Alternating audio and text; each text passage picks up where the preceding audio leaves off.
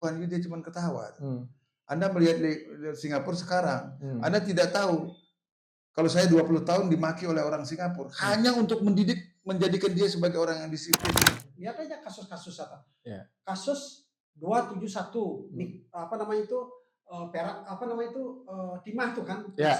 Oke, triliun, oke. Ini kan filosofinya tinggi banget. Betul. Praktek hukumnya kok bisa seperti ini? Ya. Karena jembatan di tengahnya itu nggak ada. Janjinya apa janjinya? Kalau nggak bisa selesaikan mau mundur nggak dia? Atau gubernur itu kemudian kita cari aja gubernur dari mana.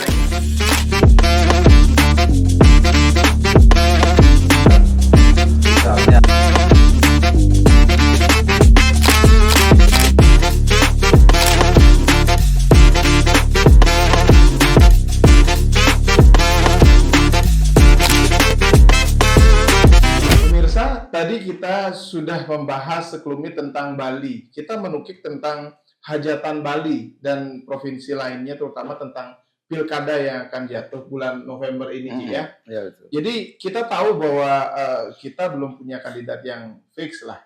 Tetapi kita tahu dari nama-nama yang bertebaran ini, kira-kira mengerucut pada beberapa nama saja yang tidak tidak keluar dari beberapa nama yang memang sudah diprediksi oleh beberapa pengamat. Kira-kira dari nama-nama yang ada ini, Ji, adakah calon gubernur harapan sesungguhnya bagi kita sebagai masyarakat Bali? Saya cenderung tidak berbicara soal nama dulu ya. Kalau kita kan kita mesti pemetaan masalah dulu kan. Apa sih yang dibutuhkan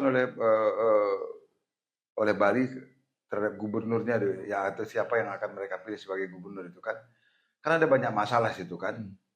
Soal ketimpangan antar daerah, kemudian soal kemiskinan yang ternyata kita cukup tinggi. Dan kemudian soal tata ruang yang sangat kacau, kemudian ada soal transportasi lalu lintas ini.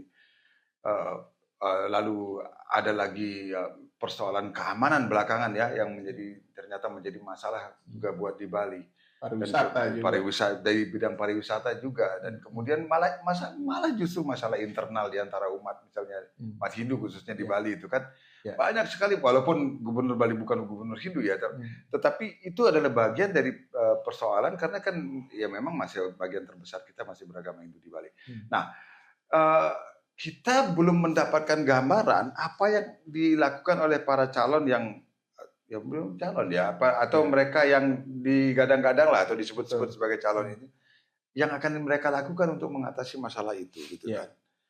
Kan itu memerlukan terobosan pemikiran yang luar biasa dan juga keberanian ya, keberanian. Karena bukan tidak mungkin untuk menyelesaikan persoalan-persoalan itu, dia harus berhadapan dengan kekuatan-kekuatan besar, khususnya para pemilik modal yang bisa mempengaruhi kebijakan itu. Karena kalau seorang pemimpin tidak mempunyai visi yang kuat, atau kalaupun orang mempunyai visi yang kuat tetapi dia tidak mempunyai guts, tidak mempunyai nyali untuk mengeksekusi visi itu, susah juga kita ngomong kan tuh. Pada akhirnya dia hanya akan menjadi boneka, dia hanya akan berjalan di atas dari populisme ke populisme yang sesungguhnya dia hanya akan menutupi masalah dengan masalah baru. Walaupun masalah baru itu untuk seketika tampak manis di mata publik gitu. Betul. Kan. Nah, ini yang kita enggak mau kan gitu sebenarnya. Justru itu sebenarnya, Ji. Artinya justru karena sengkarut dari sistem politik kita. Nah, itu dia. Terutama dari tahap pencalonan, bagaimana delegitimasi partai politik kita yang tidak ideologis ini. Saya menghindari pertanyaan yang idealis tadi sesungguhnya, meskipun pada akhirnya ke sana arahannya. Nah, terutama di tingkat praktisi ini Beli Putu. Artinya kita tahu bahwa sedemikian distrustnya masyarakat terhadap partai politik. Pantaskah kita masih membahas tentang kriteria calon pemimpin ideal ini di tengah realita premanisme dalam politik, sebuah keharusan di Bali atau apapun lah. Sebenarnya seperti apa arah pertanyaan yang ingin kita sampaikan kepada stakeholders baik partai politik maupun para kandidat yang akan maju, Bli? Sebetulnya yang menghambat kita tuh adalah politik dengan biaya tinggi. Itu masalahnya itu kan ya. Coba itu kemudian ditanggung oleh semua pemerintah itu. Calon itu banyak itu kan ya. Jadi walaupun calon-calon hebat-hebat, uangnya nggak ada itu, nggak mau dia maju, berisiko itu kan ya. Mana orang berani maju? Nggak ada orang berani maju. Ya lihat detak jantung ini wattnya kecil, jeduk gitu kan ya.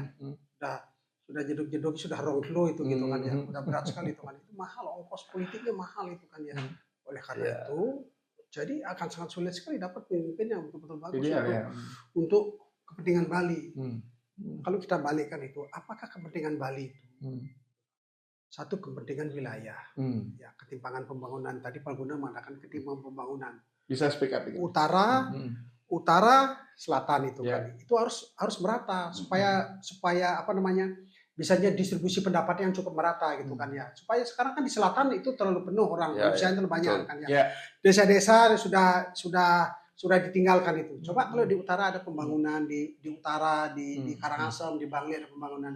Jadi orang tidak berungsel-ungsel di sini, di Bali Selatan itu. Orang kan bisa jaga daerahnya, jaga wilayah dan sebagainya itu kan. Ini yang harus dipikirkan oleh calon gubernur siapapun itu.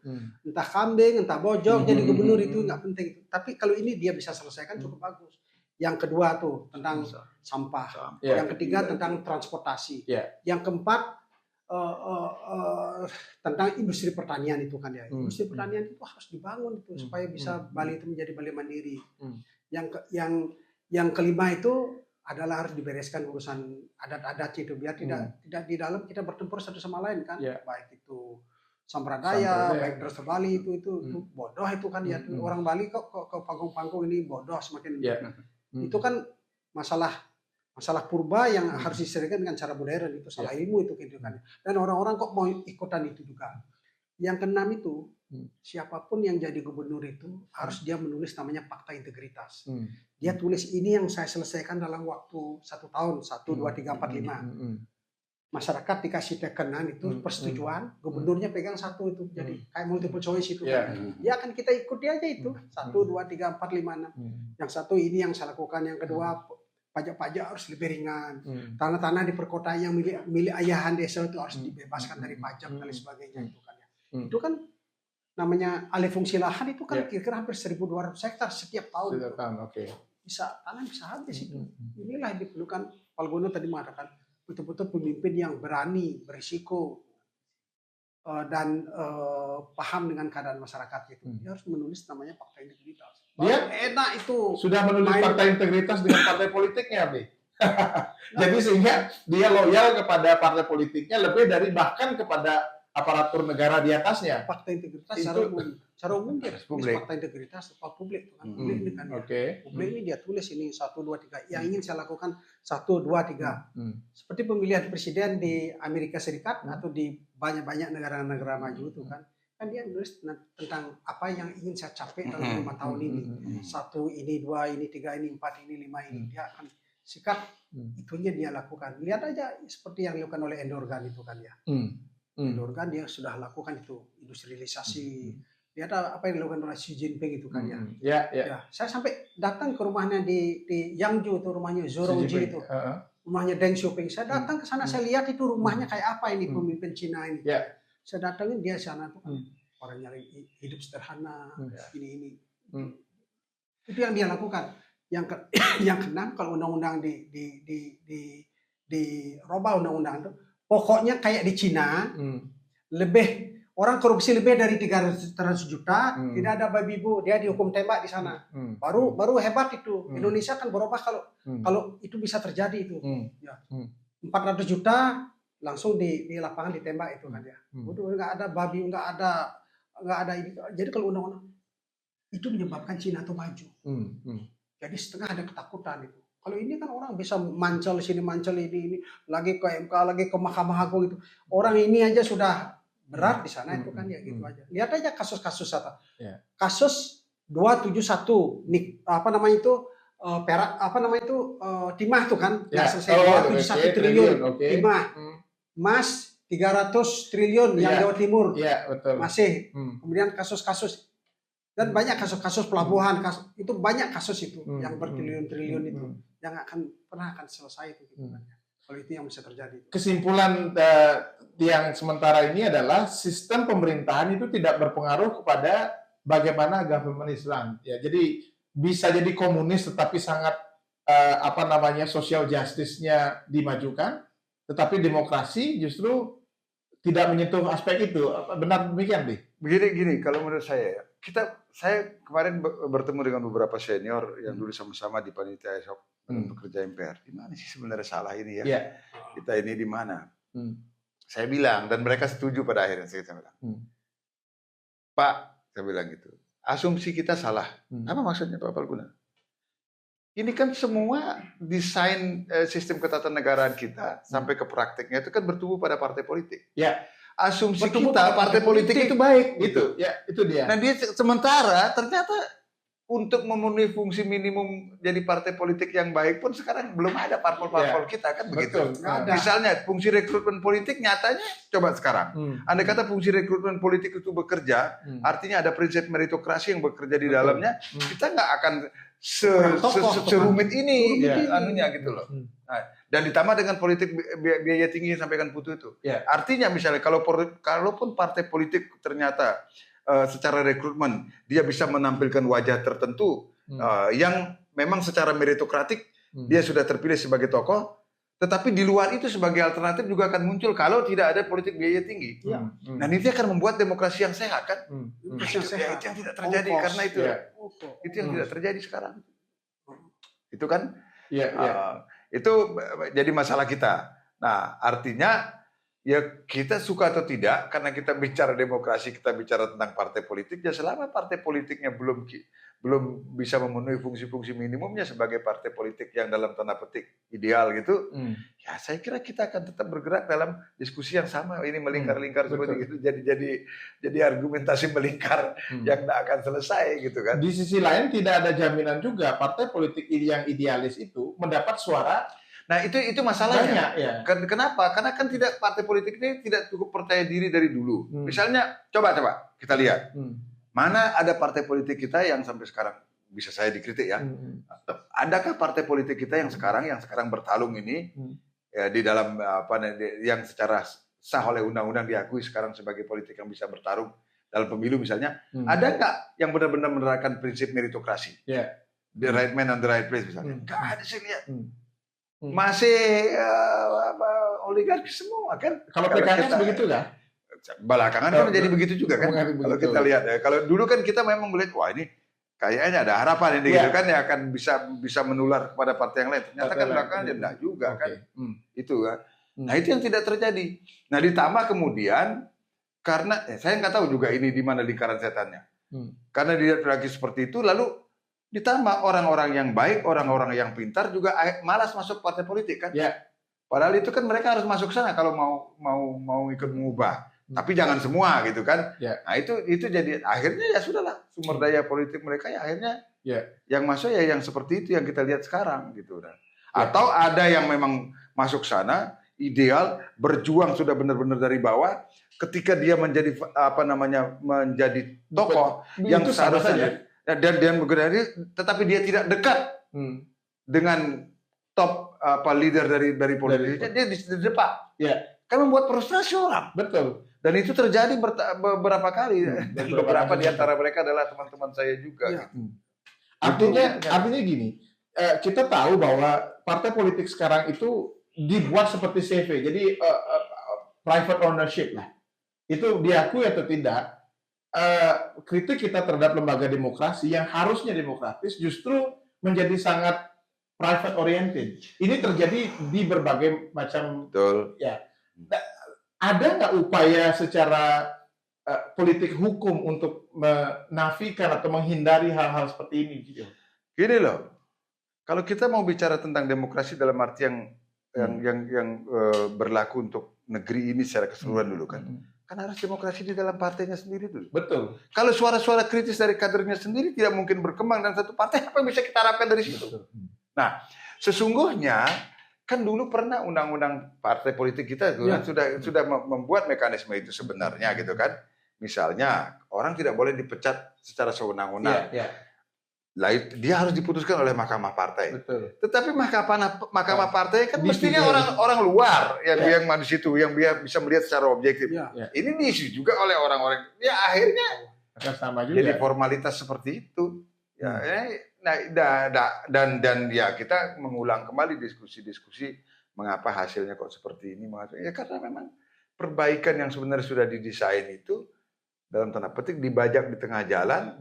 Karena masuknya unsur-unsur yang tidak seharusnya ke pranata-pranata yang diharapkan sebenarnya melahirkan perbaikan itu.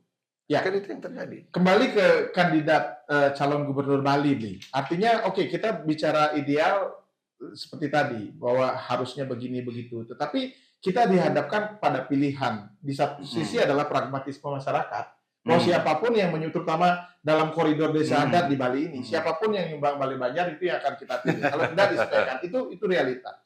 Di sisi lain, opsi pemerataan Bali, pembangunan Bali itu dijadikan senjata bagi para kandidat ini untuk menebar bansosnya. Jadi kita betul-betul ada di dalam satu, let's say, black chambers, di mana kita going nowhere gitu. Kita sebagai akademisi sendiri itu bingung gitu. Betul. Adakah solusi ini sebelum kita masuk ke pragmatisme yang mengikuti pola pragmatisme yang ada ini? Beli Putu dulu. Memang karena ekonomi biaya tinggi ini kan, karena politik itu pasti oligarki itu kan. Nggak mungkin. Palguna mengatakan misalnya seperti Dewan Kehormatan yang akan mengadili petinggi-petinggi partai atau calon-calon DPR itu memang harus diisi oleh orang luar, bukan orang partai itu sendiri gitu kan. Baru dia lebih objektif dan keputusannya itu memang binding dan mengikat gitu kan ya. Ini salah satu tata kelolanya itu kan ya. Kemudian yang kedua tuh partai itu rame itu kalau sudah ada dekat pilkada, kalau ada pileg itu partainya keluar itu semua baru keluar. Kayak semua itu partainya itu kan manusia nggak ada di sana itu harus ada rekrutmen, orang harus diskusi ekonomi, kemudian dolar dengan rupiah yang terjadi, kemudian bagaimana UMKM dan sebagainya. Harusnya partai dia menjadi satu proses yang panjang sekali itu kan ya. Ini sebetulnya yang tidak terjadi itu kan. Oleh karena itu makanya politik itu adalah pragmatis. Politik berorientasi pada kekuasaan itu kan. Dan juga masyarakat juga salah juga. Kalau misalnya orang lakukan simekrame, ada orang presentasi, kalau nggak ada uang tuh orang bisa ditinggalkan di sana. Jadi siapa yang salah, siapa yang benar. Jadi masyarakat kita juga purba juga. Masyarakat kita adalah masyarakat yang sangat primitif sekali terhadap demokrasi gitu kan ya. Suka uangnya saja tapi tidak suka orangnya saja gitu kan ya. Ini yang bisa terjadi. Yang bisa mengalahkan ini semua itu adalah tentang kapitalisasi itu kan ya. Pemirsa, begitu gambaran sengkarut politik secara baik di internal partai politik maupun secara sistem. Jadi kita tidak punya pilihan yang banyak. Ya kita akan kembali setelah yang satu ini.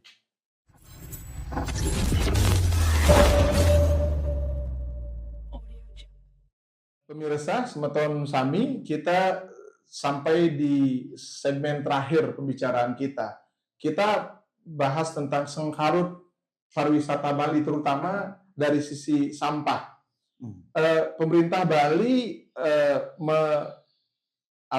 membuat moto Satkertih Loke Bali. Tetapi di sisi lain, persoalan klasik kita tentang sampah, destinasi pariwisata dunia, tetapi masih tertatih-tatih urusan sampah.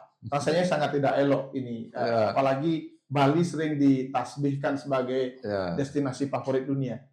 Dari Beli Putu dulu. Apa yang salah nih Beli Putu? Contohnya saja, udah banyak contoh yang berhasil. Lihat aja di Brebes, lihat di Banyuwangi udah berhasil. Atau kemudian pergi ke Singapura itu kan, Singapura sampah juga nggak ada di sana. Ikut yang berhasil saja, jangan yang ikut yang nyoba ini nyoba itu, semua merasa ahli itu tutup buku itu kan ya. Jadi gubernur kita ikut dengan contoh-contoh yang sudah berhasil itu kan ya. Ini sampah di Singapura aja, di Brebes sudah selesai itu juga, kemudian Banyuwangi sudah selesai itu kan ya. Jadi siapapun nanti yang akan jadi gubernur, dia harus bisa selesaikan satu urusan kemacetan tentang transportasi, kemudian yang kedua adalah urusan sampah, kemudian yang ketiga adalah urusan pemukiman itu, yang keempat adalah urusan distribusi air. Air itu udah berat itu di Denpasar ini. 5 alih fungsi lahan. alih fungsi lahan, kemudian itu artinya alih fungsi lahan harus diturunkan pajak-pajak yang ayahan desa. Satu-satu deh dulu deh, sampah dulu deh. Itu artinya yang jadi pemimpin ini yang harus dia selesaikan. Janjinya apa janjinya? Kalau nggak bisa selesaikan, mau mundur nggak dia? Atau gubernur itu kemudian kita cari aja gubernur dari mana? Dari Brebes gitu ya? Dari Brebes, atau gubernur dari Anjing, dari Yangju, dari Sichuan gitu aja. Sewa gubernurnya di sini di Bali itu, tidak menyelesaikan nggak dia di sini tuh gitu loh. Itu caranya itu. Ya, ekstrim itu kan. Itu kan sebenarnya sarkasme yang tidak tinggi ya. Artinya benarkah tidak ada pemimpin Bali yang mempunyai hati atau paling tidak mempunyai niatan serius untuk menyelesaikan sampah ini, dan seperti apa sengkarut masalah sampah sebenarnya, Ji? Kalau saya melihatnya begini ya, saya pernah dalam beberapa pernyataan yang sempat dikutip juga. Siapa calon gubernur Bali yang nanti yang bisa menyelesaikan masalah sampah? Artinya pemaparannya itu menurut penalaran kita itu ternyata dia mampu akan menyelesaikan persoalan sampah. Saya akan ajak seluruh keluarga besar saya untuk memilih dia. Ya, saya pernah membuat begitu. Putu pernah punya mendirikan Yayasan Wisnu dulu ya, dengan bergerak dalam soal lingkungan, kita soal Nah, soal sampah ini sebenarnya lebih banyak urusan politiknya kalau menurut saya daripada soal teknologinya. Teknologinya kan ada, Putu tadi udah menyampaikan. Yang paling sederhana di Brebes itu ada. Udah selesai di sana tuh. Banyumas kalau nggak salah ya. Banyumas selesai, Banyumas itu ada. Banyuwangi selesai. Atau kalau mau yang lebih canggih dikit seperti di Singapura gitu kan. Selesai, bahkan hasil olahannya itu bahkan reklamasi. Iya, dipakai reklamasi. Ya, betul. Karena itu malah biota lautnya itu malah tambah hidup di situ, alih-alih melacuni kan gitu. Nah, ini kan persoalan kemauan politik. Artinya niatan memang tidak ada ya? Niatan nggak ada kalau menurut saya. Di sisi lain tidak merasa tersinggungkah Bali sebagai harusnya tersinggung konferensi dunia, tetapi di seberangnya di Tukan Bandung atau di Tukan apa namanya itu sampah itu dibersihkan oleh orang-orang bule gitu. Harusnya itu tersinggung kan? Kan seolah-olah kita apa ya? Kemana filosofi kita yang hebat-hebat itu? Makanya kemana filosofi itu? Karena tampak dalam konsep. Masyarakatnya Sontoloyo di sini, masyarakatnya tidak tanggung jawab. Masyarakat di Bali kan nggak tanggung jawab. Kalau ada sampah dia nggak protes, tenang-tenang aja dia ngeluh-ngeluh aja dulu. Ini masyarakat kita suka mengeluh. Susah melihat orang senang, dengan senang melihat orang susah. Gitu. Pokoknya ada kekacauan internal itu kan ya, itu loh kan ya. Jadi itu kalau masyarakatnya kuat, dia akan tuntut kepala daerah, kemudian DPR-nya dan lain sebagainya. Seperti saya dengan Palguna dulu, kepala hakim itu kita demo. Yang banyak orangnya datang, tapi manusianya nggak ada di sana. Kita aja bertiga di sana kan. Yang mau bakar mahkamah itu ya. Kita tetap galak-galak aja. Kita tetap galak-galak aja. Ya itulah maksud saya. Jadi persoalannya itu ada aturan, misalnya ada persoalan aturan kewenangan, pertimbang pilih kewenangan lah itu, misalnya antara provinsi dengan kota dan kabupaten itu kan bisa diselesaikan. Itu kan satu partai apalagi beli. Bukan hanya salah satu partai, tetapi kan dari segi peraturan perundang-undangan kan memang gubernurnya sendiri yang dia punya fungsi supervisi kan untuk melakukan itu. Jadi apa masalahnya? Nah itu yang saya tadi ya cuman kemauan politik untuk melaksanakan aja itu nggak ada. Ya sekarang diributkan baru kemudian bikin ini macam-macam gitu. Padahal di tempat lain dia tinggal melaksanakan. Sebenarnya ya, bahkan misalnya dengan anggaran yang dipunyai Bali, saya nggak percaya Bali nggak punya uang. Uangnya pasti banyak kan Bali ini. Dia bisa melatih kan di desa-desa itu membuat pilot project yang kemudian diberikan insentif dulu. Dia ini misalnya ngolah sampah, pemilahan aja dulu lah, pemilihan sampah misalnya dulu ini sampah plastik, sampah kertas, organik, non organik atau anorganik itu misalnya. Sudah terlatih seperti di tempat lain umpamanya, di luar negeri. Saya nggak mau sebut di mana lah, misalnya gini. Kalau orang misalnya sekarang gilirannya adalah sampah plastik. Nah, kalau orang nggak memilih itu didenda kan? Ya. Dan sampahnya nggak diambil, didenda dan sampahnya nggak diambil. Atau dia di pidana kurungan misalnya gitu. Ya. Nah, ini kan jangan cuma sekali aja, tapi buat aturan itu kemudian benar-benar laksanakan. Saya nggak sampai kalau 5 tahun aja kita bisa konsisten melaksanakan itu, masyarakat kita akan lama-lama terdidik. Saya jadi ingat wawancara dengan Lee Kuan Yew dengan majalah Time atau apa itu, atau saya nonton di Discovery Channel, saya lupa itu. Dia mengatakan, gimana caranya Anda bisa membuat Singapura seperti ini? Lee Kuan Yew dia cuma ketawa. Anda melihat Singapura sekarang, Anda tidak tahu kalau saya 20 tahun dimaki oleh orang Singapura hanya untuk menjadikan dia sebagai orang yang disiplin. Mengajarkan bagaimana kebersihan itu penting, mengajarkan bagaimana menjadi citizens yang bertanggung jawab itu. 20 tahun saya dimaki katanya. Sekarang kalau kita misalnya mempunyai pemimpin yang baru dikritik begini saja sudah langsung mundur, terus bagaimana dong? Artinya kalau bisa kita pilih dari pemerintahnya sendiri tidak menjadikan sampah ini sebagai prioritas utama. Saya khawatirnya itu. Jadi tidak menganggap persoalan sampah ini sebagai persoalan yang begitu mendesak untuk diselesaikan. Di sisi lain masyarakat kita juga sangat acuh terhadap sampah. Iya, karena juga memang yang seperti disampaikan oleh Putu tadi, karena masyarakat kita kan dari dulu memang belum pernah dilatih untuk itu kan. Jadi, coba kalau dilatih dan kemudian manfaatnya lalu dirasakan, masyarakat kita akan ngikut. Masyarakat kita akan ngikut kan.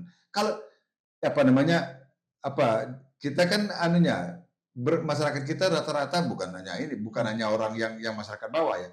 Yang terdidik pun kan dia bergerak berdasarkan contoh.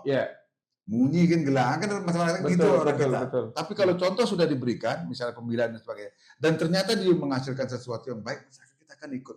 Tapi pemerintah itu tinggal melaksanakan itu dengan konsisten saja gitu loh. Saya jadi teringat, kita masyarakat kita itu sebenarnya masyarakat yang patuh. Contohnya kalau kita keluar negeri itu sangat disiplin. Itu kembali menjadi tidak disiplin lagi. Bahkan orang yang dikalinya disiplin. Bukan masyarakatnya disiplin.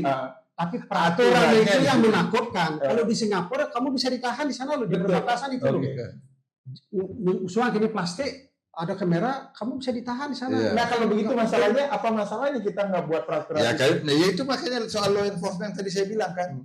Kita buat aturan dan laksanakan itu. Laksanakan aturan itu. Tidak konsisten ya. Jadi kan saya dari dulu selalu mengatakan begini, kelemahan pokok itu 2. Satu kelemahan di planning, perencanaan, yang kedua law enforcement.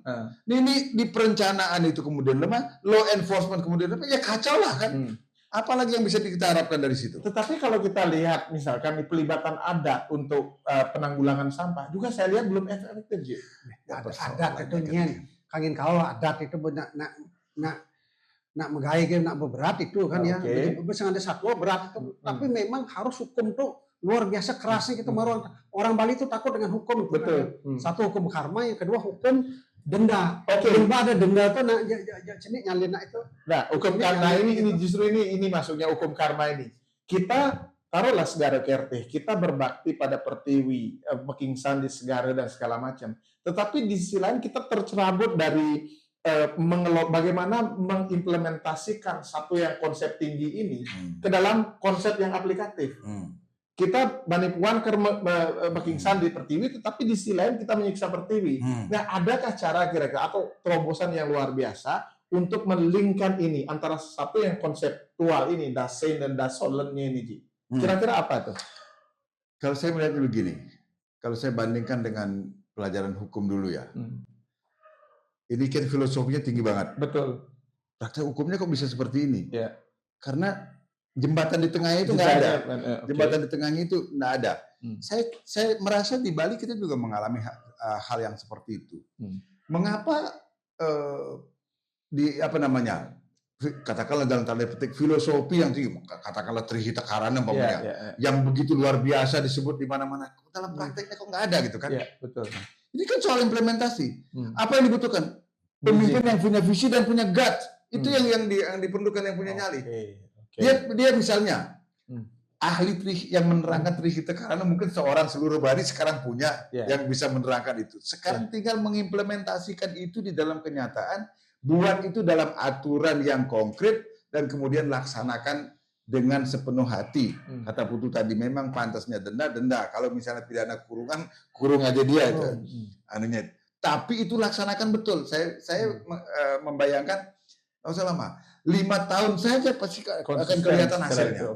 Akan kelihatan hasilnya. Berbeda sekali akan hasilnya. Tetapi ya itu benar-benar laksanakan.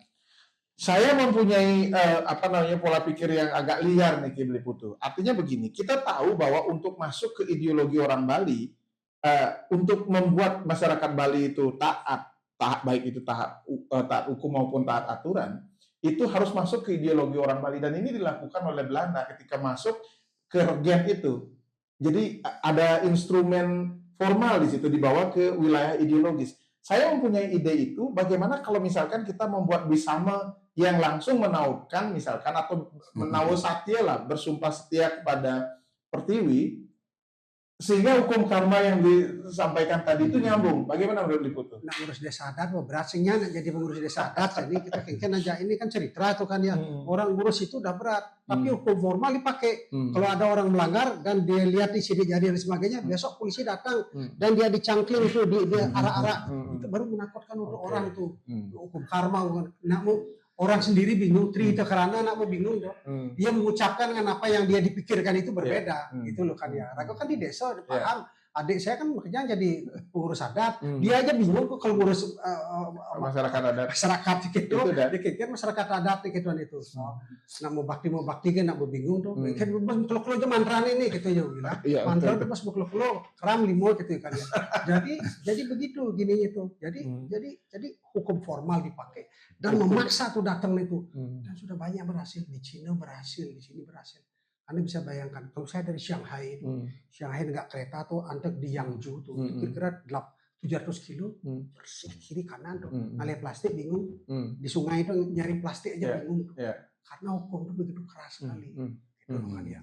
Jadi negara tuh turun ke sana, nak korupsi 300 juta, langsung dia lapang ditembak dia, saya nggak ada babi bu lagi gitu. Jadi makanya Cina tuh maju, itu sudah berhasil tuh sebelum ngomong kangen kau tuh. Jadi tinggal copy paste ya. Copy paste gitu. Nah, oke, sebagai penutup ini artinya Ji, apa yang bisa disimpulkan nih dari diskusi kita nih? Sampah, politik atau apapun. Kalau mau sampah silahkan kita wrap up. Ya begini. Kalau kita mau bicara tentang Bali, ya tampaknya kan kita tidak realistis kalau kita bilang sudahlah, ketergantungan kita kepada pariwisata kan sudah sangat tinggi. Tetapi kan pariwisata itu sangat sensitif terhadap image ya. Nah, Anda bayangkan apa yang akan terjadi dengan pariwisata Bali? Pertama, ketika dia masuk ke situ, keluar dari situ kemacetan yang ditemui. Kemudian yang kedua, sampah. Lewat dari situ gunung sampah yang dilihat adanya. Baunya luar biasa. Dan kemudian masuk lagi ke dalam masyarakatnya sendiri, begitu banyak ketidakteraturan yang dia dijumpai. Persoalannya sekarang, sampai berapa lama turis itu masih mempunyai ketahanan bahwa objek yang dia janjikan yang konon begitu indah itu, tapi dengan harus melalui beberapa tahapan yang menyebalkan dulu. Betul. Begitu itu coba bayangkan aja, masih akan bertahan nggak itu? Nah ini kan mesti yang dibayangkan oleh seorang pemimpin nanti akan menjadi pemimpin Bali. Nah cukup hanya dengan teriak-teriak macam-macam itu. Nggak cukup dengan bansos saja ya? Dengan bansos saja.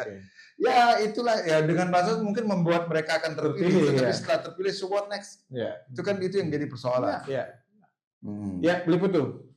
Saya rasa itu Jo. Jadi kalau gubernurnya di Bali itu, dia memang harus beraliansi dengan orang yang sudah investasi di Bali. Itu kan pelakunya di Bali itu kan hampir $1 triliun itu orang investasi di dalam industri pariwisata. Pemainnya semua yang orang punya kekuasaan di Jakarta.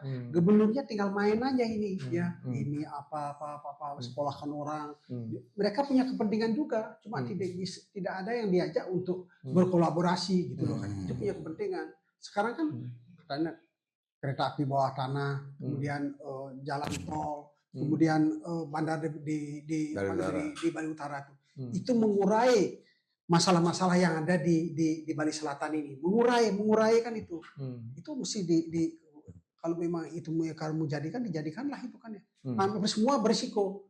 Semua baik, semua buruk, kan kita ambil yang terbaik untuk masa depan gitu aja. Itu sebetulnya. Dan harus berani tidak populer pada awalnya. Berani tidak populer pada awalnya. Itu kan harus berani tidak populer di awal. Kayak Lee Kuan Yew tadi itu. Kan dia 20 tahun kan menjadi orang Napoli, tapi dia harus menggunakan kan dia menggunakan tangan besi dalam tanda petik karena dia yakin tujuan yang disampaikan, visinya itu yang di depannya itu apa. Dengan cara itu dia yakin akan tercapai gitu. Tapi ada satu sisi, artinya kita seolah-olah mempunyai kutukan untuk tidak percaya kepada pemimpin formal. Itu terjadi dalam masyarakat kita, Meboyo dan Mapapas ini. Itu kira-kira akan menjadi kendalakah sangat seperti terhadap pemimpin formal kita? Sangat menurut saya. Sangat. Karena apa? Kenapa orang jadi Mapapas dan Meboyo itu? Sekarang pertanyaan Anda. Di mana Anda bisa melihat hukum ditegakkan dengan benar di negeri ini? Berarti karena keteladanan. Persoalan itu nggak ada. Kalau orang melihat dan negara benar-benar hadir ketika dibutuhkan. Kalau itu kemudian bisa direalisasikan, saya kira masyarakat kita akan menjadi law abiding society. Kalau dulu kan, sekarang coba sudah banyak sekali permainan dalam bidang hukum yang dipermainkan, kemudian hukum yang dipolitisasi dan sebagainya. Itu kan orang lelah melihat itu kan. Jadi sekarang kita tutup dengan rasa optimisme, Ji. Jadi optimis lah gitu. Ya, kalau saya sih optimis dalam pengertian begini. Selama suara-suara kritis dari kelompok intelektual dan civil society masih hidup walaupun hanya remang-remang, saya kira negeri ini belum akan tenggelam. Saya kira itu dari saya. Wah, satu quote yang luar biasa, Ji. Liputu, dari pandangan optimisme nih tentang Bali dan Indonesia. Pokoknya kita jarang yang nggak optimis, selalu optimis. Terus optimis. Artinya apa? Memang masyarakat sipil itu harus kuat. Udah itu aja, masyarakat sipil kuat, dia akan kontrol semua kekuasaan itu kan. Baik tata kelola, birokrasi, gubernurnya, kepala daerahnya, DPR-nya, dia akan kontrol. Tapi ini harus betul-betul lakukan pengorbanan masyarakat sipil. Itu aja. Itu aja intinya. Pemirsa, rasanya diskusi kita yang hampir 1 jam yang kita akan bagi menjadi 2 ini, saya tidak simpulkan karena banyak sekali hal-hal penting sesungguhnya yang bisa kita cermati bersama. Jadi ada satu hal sesungguhnya yang menjadi intisari dari pembicaraan kita, bahwa Bali itu sebenarnya barometer Indonesia dan juga jendela Indonesia di mata dunia. Harusnya dengan keagungan konsep yang kita punyai, Bali seharusnya bisa menjadi pemimpin Indonesia untuk menjadi mercusuar Indonesia di mata dunia. Dan rasanya untuk memainkan peran itu, pemimpin Bali mempunyai fungsi atau peran yang sangat signifikan. Karenanya kita tetap berharap, sebetapapun kritik kita kepada pemimpin formal Bali, hanya di situ sesungguhnya gantungan harapan kita agar ada konsep-konsep yang luhur, adiluhung yang dimiliki Bali tetap bisa cerah dan kemudian dapat direalisasikan ke depan. Rasanya itu saja penutup podcast kita kali ini. Terima kasih kepada semua narasumber, Liputu, Jidewo, atas kesediaannya Niki. Kepada kru yang bertugas, terima kasih. Kepada Kagama Bali yang memproduseri acara ini, Ganesha Studio juga, dan juga kepada Anda terutama yang selalu berpartisipasi dalam setiap podcast kita, Paradoksis. Terima kasih sudah setia menemani kita dan nantikan